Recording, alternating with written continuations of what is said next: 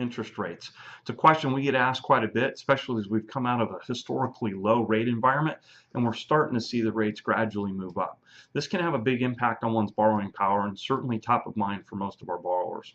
It's no secret that as the economy warms up, that interest rates are going to begin to move up as we get away from the federal stimulus of supporting lower interest rates, and as the economy improves, it's going to put pressure on the interest rates to continue to increase to match the future growth. Freddie Mac, the mortgage giant, predicts that interest rates that are currently around the low fours are going to be in the upper fives by the end of 2015. So that's a pretty significant jump from our lows of a year ago of 3.5%. So the good news is even though the rates are increasing, we're still going to be well below historical averages. Freddie Mac reported the average interest rate by decade. So in the 70s, the average interest rate for a 30-year fixed rate mortgage was 8.86%.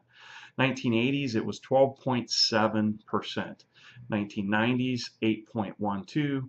The 2000s, which was one of the most robust times for real estate appreciation, the average interest rate was 6.29. So even if we climb into the mid-fives, we're still going to be well below the historical averages. However, we still need to understand the math behind this because we are going to move up in interest rate. So we want to look at it from a consumer's perspective of how much mortgage does a $2,000 a month payment get you?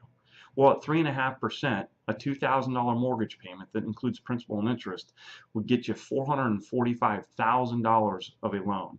So it has a big impact on your purchasing power.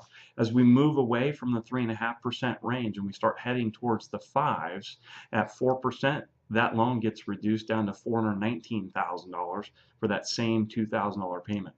At 4.5%, which is about where we're at in the marketplace today, that loan gets reduced down to $395,000, again for the same $2,000 a month mortgage payment. But if we go into the fives, let's just looking at 5%, that loan gets reduced down to $372,000. So going back from where we were at the 3.5% range to where we're headed at the 5% range, that's a $73,000 reduction in purchasing or borrowing power to the consumer. So the good news is there's a lot of options that we have to help you maintain your affordability, but we want to help you understand the math behind making a healthy decision. If we can help you or anyone, we're here to help. Make it a great week.